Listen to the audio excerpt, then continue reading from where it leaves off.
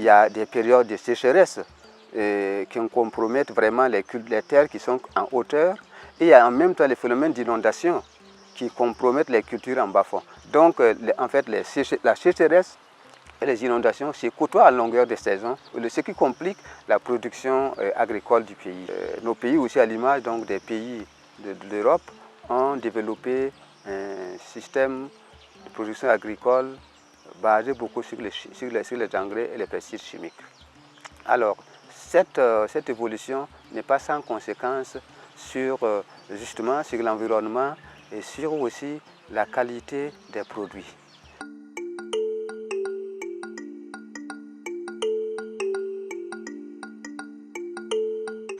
Il est évident que des produits issus en fait de l'agriculture conventionnelle avec l'utilisation des produits de synthèse ne peuvent pas avoir la même qualité que des produits qui sont issus en fait d'un périmètre agroécologique.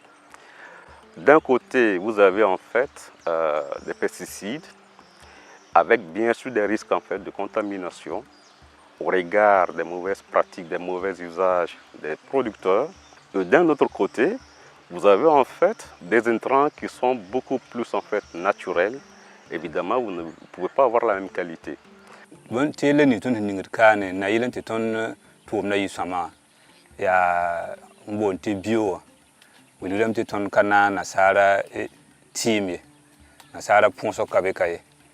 Nasara team kabeka nasara pungo kabeka ya bilza lele ton tomda bil moire wili ton na fono toto han sagara man toto le ninga o de temps nandi kan ning zera ti sama donc ba sangi zera amikram bala ti no koyem kabe ya bil moire la ton ningra ne ti sama ya ni me var la ton ningra ne fon wili ton title ni ton fabrica la ton taran poussiti la yelente ba bon sala ki zere donc ya la ton manda la han man botono mikram ta a konta sama tete ton pam ndire de zaka sama.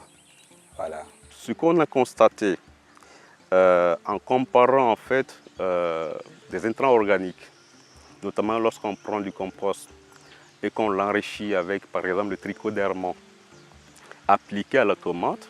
C'est des études que nous avons en fait réalisées au Burkina et ça a même été répété.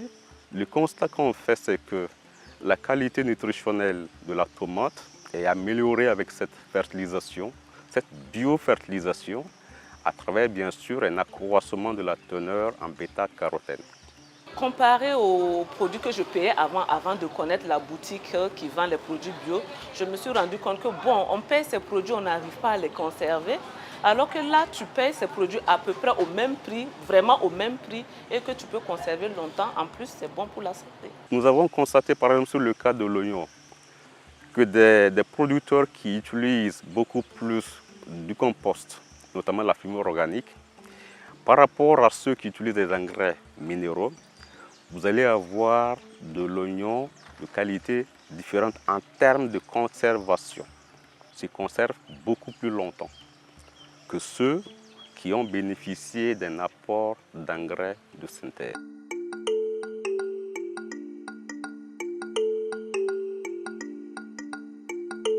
Avec la promotion donc de l'agroécologie et de l'agriculture biologique, il y a quand même de nouvelles perspectives de création de ressources parce qu'il y a des entreprises qui naissent à l'issue de ces pratiques-là, notamment l'agriculture biologique, et qui tournent autour de la production, de la commercialisation, de l'exportation. Et tout cela, ça crée aussi des possibilités d'emploi, notamment pour les jeunes et pour les femmes. Un SPG, comme le nom l'indique, le système participatif de garantie, c'est un mode de labellisation.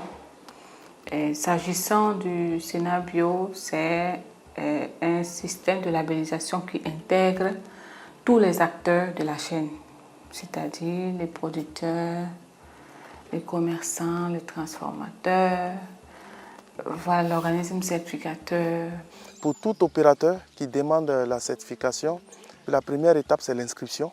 Et dans cette inscription-là, c'est un peu une carte d'identité de la structure où nous allons avoir un certain nombre d'informations, notamment le lieu où est-ce qu'est située la ferme ou bien le site, et aussi voilà, la superficie, le nombre d'employés ou le nombre de producteurs dans le groupement, si c'est un groupement.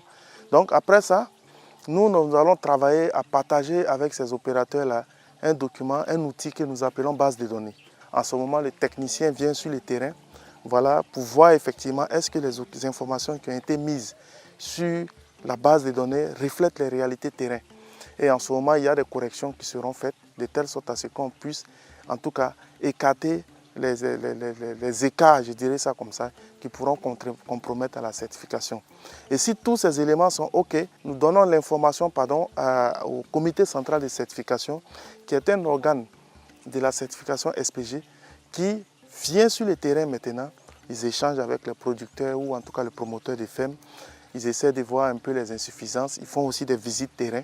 Et c'est à l'issue de tous ces processus-là qu'ils vont produire un rapport pour en tout cas certifier ou pas l'unité.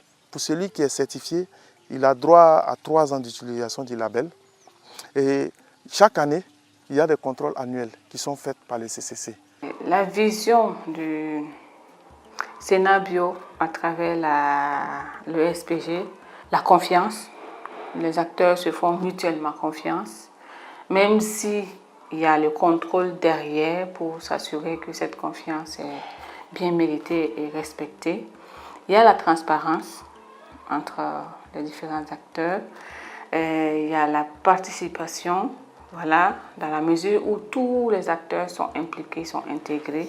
Il y en a qui créent des boutiques, il y en a qui font des marchés, il y en a qui font la livraison à domicile. Ceux qui sont dans le SPG sont obligés de recruter des commerciaux, des chargés de marketing, des livreurs. D'autres aussi s'engagent pour la transformation. Il y en a qui font le commerce en ligne même. Sans oublier aussi la question des intrants de production, notamment la semence, les bio-intrants. Plus il y a des acteurs certifiés bio-SPG, plus il y a un besoin de disponibiliser ces intrants. Donc tout ça, ça implique création d'emplois forcément.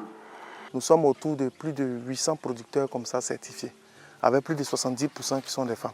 Ils arrivent à bien vendre, et qui dit bien vendre, c'est aussi voilà, contribuer en tout cas à mieux vivre, à asseoir quand même une bonne condition de vie.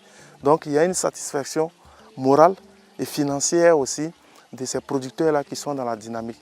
Nous ne pouvons qu'encourager voilà, cette dynamique-là et inciter ceux qui sont toujours dans le domaine, je dirais, en grippe conventionnelle, de venir dans ce modèle biologique qui, d'abord, au-delà de l'aspect économique, contribue en tout cas à préserver notre environnement.